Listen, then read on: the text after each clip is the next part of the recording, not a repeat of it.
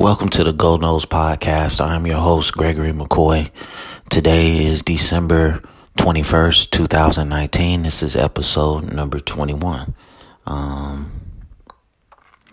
Today I'm going to look at same format, offensive player, defensive player, and I got a couple other things I sprinkled in, and let's go ahead and get started. Well, before I get started, let me just say this. I didn't start doing this YouTube channel and podcast to try to be famous. I'm just a fan, man. And I just wanted to talk about my favorite team, and that's pretty much it. I don't have any aspirations beyond that. So, with that being said, I am not a journalist. I am not a reporter. I am not an insider. I do not work for a website. 90% of my information is in my opinion. Other information comes off the internet. So now that I've went on that little rant, let me go ahead and get started. Today, the first player I'm going to spotlight is Ontario Wilson, wide receiver. In my opinion, most complete receiver on the roster when healthy. Runs great routes, has great hands. He can separate from DBs. FSU, Florida State, needs more of that. If he can stay healthy, he can be a early round pick in the NFL draft. Needs to get stronger. Conditioning needs to be at the forefront of his development. NFL comparison, Emmanuel Sanders for the San Francisco 49ers. I can't remember if he had the breakout game against Louisville or NC State or Syracuse. One of those games he just went off. And I was just, I was like, this guy he's the best receiver we got. But he got injured, and I don't think I saw him again the whole season. I mean, to me, he's better than DJ Matthews and Tamori Terry. I mean, I know Tamori Terry went over 1,000 yards, but he just runs go routes primarily. And to me, this guy right here is the most complete receiver. I mean, if I want to throw a little negative thing in there, he's not a great blocker. But as a wide receiver, you don't have to do like pancakes. You just got to get in the way of the DB most of the time. So, next guy is Renardo Green, cornerback, true freshman.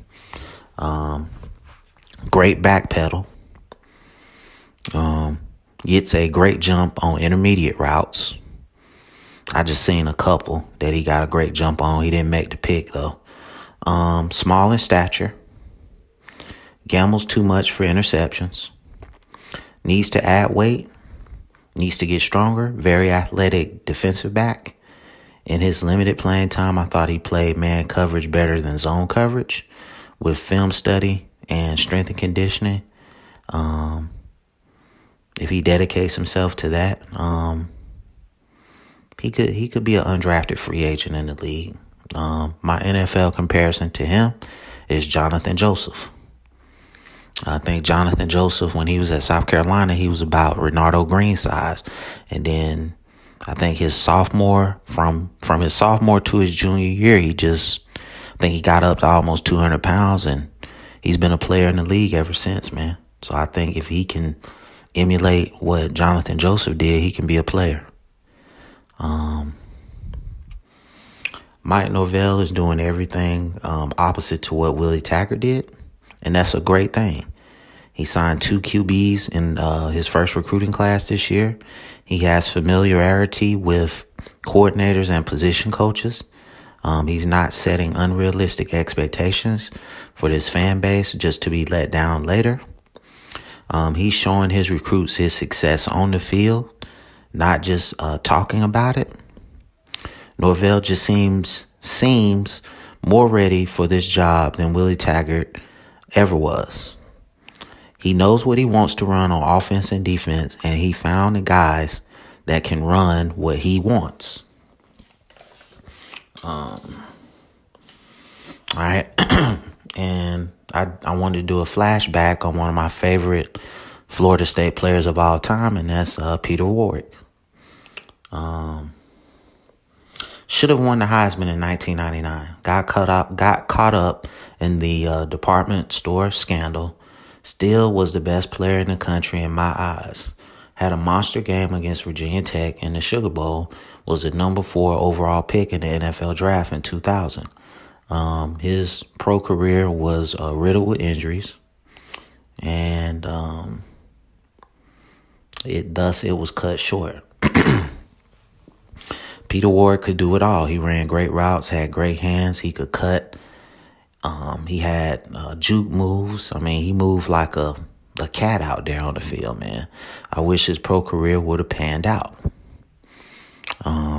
He had a couple of great plays while he was in the league. I think he did start with the Bengals. I think he played for the Seahawks when it was all said and done, when his career ended. But Peter Warrick just seemed so fast when he was in college, man. He would just run away from, everybody. Then when he got to the pros, it was just like, this guy is slow. Still had the juke moves and he could cut on a dime, but it just didn't seem like his college speed transferred to the NFL. But still one of my favorite players. In my eyes, still the best receiver in Florida State history. And, will continue to be one of my favorites forever. Moving on to a different topic. The major bowl games are losing money because the college football playoff, and players are skipping the major bowl games. Sugar Bowl tickets are going for $6 right now. This will lead to expansion. Major bowl games will not tolerate losing money. I laid out my plan for expansion a couple of episodes ago. It can work. Yeah. Excuse me. The Sugar Bowl, the Rose Bowl, the Orange Bowl, and the Fiesta Bowl, they're not going to lose money. That's why I said you got to expand it to 8. And then those 4 bowls will host a playoff game. Then you'll have the Final Fours in Dallas and Atlanta. And then the championship game will alternate sites, be in different places all over the country. That's the format that they're probably going to go to. Like I said, money runs this sport. And, when big entities as far as bowl games and whatever, cities, when they're losing money, you best believe something's going to happen. Again, just sticking with my motto, Noles football and other stuff, maybe. Which is more valuable, Super Bowl MVP or the Heisman Trophy? And I wrote a couple of different things for each award. Whoever wins the Super Bowl MVP usually wins the Super Bowl. The Super Bowl is the ultimate accomplishment in football. I think the Super Bowl MVP is probably the second best accomplishment in pro football. The Super Bowl MVP is usually not remembered. Most of us can go back 20 years with Heisman winners. The Super Bowl MVP cannot be taken back. So if a player goes out and does something stupid, they don't take his Super Bowl MVP. Super Bowl MVP gets endorsements. I mean, it's like instantaneous. Disney commercials, appearances on night shows, all kinds of stuff. Trophy is not iconic. I don't even know what the Super Bowl MVP looks like. Super Bowl MVP gets a vehicle. I know at one point they were giving away vehicles to the Super Bowl MVP. Super Bowl does not have the drama that the Heisman Trophy has. Super Bowl MVP does have name notoriety. Usually when like a player is doing a function or whatever, they'll say former Super Bowl MVP, yada, yada, yada. So that's my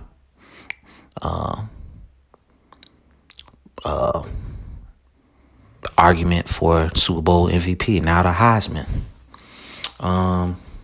Winner always introduced as Heisman Trophy winning fill in the blank. Heisman Trophy winner doesn't mean national championship appearance. See RG3.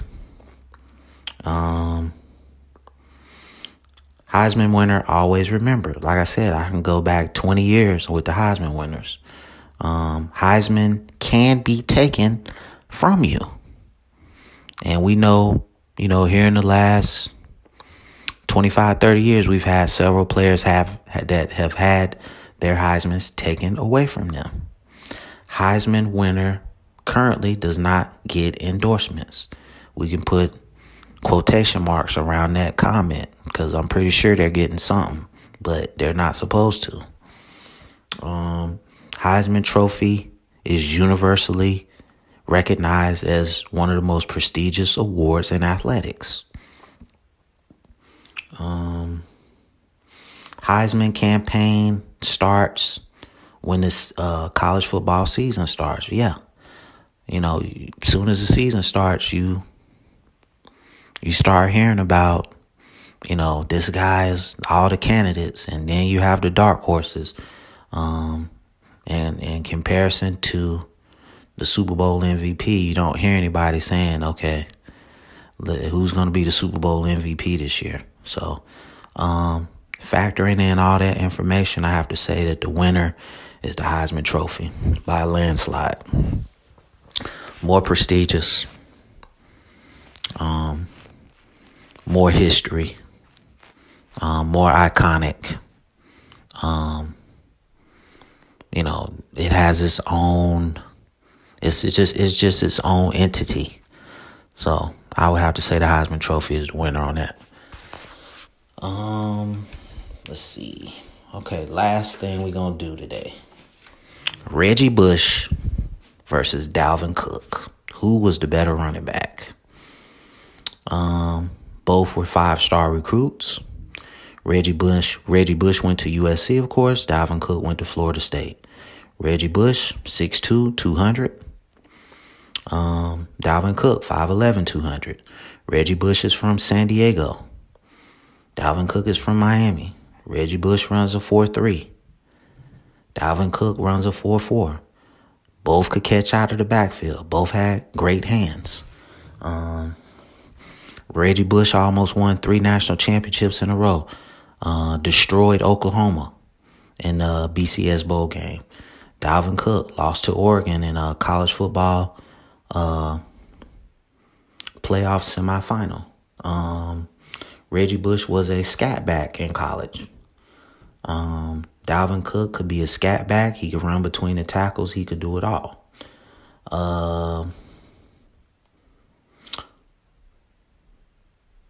Reggie Bush won Super Bowl with New Orleans. Let's see. This is Dalvin Cook's 3rd year in the league. He's off to a great start in his career. Dalvin Cook is 10 years younger than Bush. Reggie Bush had his Heisman Trophy taken. Dalvin Cook got into minor trouble at Florida State. Reggie Bush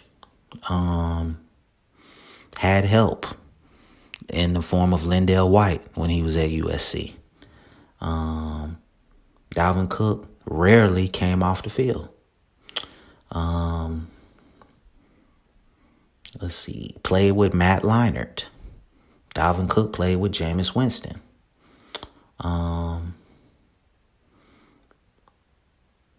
Reggie Bush did not have a great pro career. Reggie Bush played on super stacked teams his whole career in college. I mean, just see the Texas USC national championship. Dalvin Cook, his talent pretty much dwindled every year at quarterback, offensive line. He masked a lot of problems on the offensive lines he played with his whole career. So if I have to pick a winner on this, I'm going to have to go with Dalvin Cook. I just felt like he did more with less. He had almost 4,500 yards rushing in his career. Rarely came off the field. He could run between the tackles. He could be a scat back. He was everything. Reggie Bush is still one of my favorite players of all time. But I just felt like Dalvin Cook had more of an impact. That is going to conclude episode 21. Thank you for listening to my podcast. It's available on YouTube, Apple Podcasts, Spotify, Google. Rate, review, subscribe.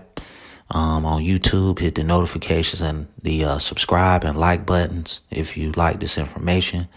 Thank you for your tremendous support, and go Noles.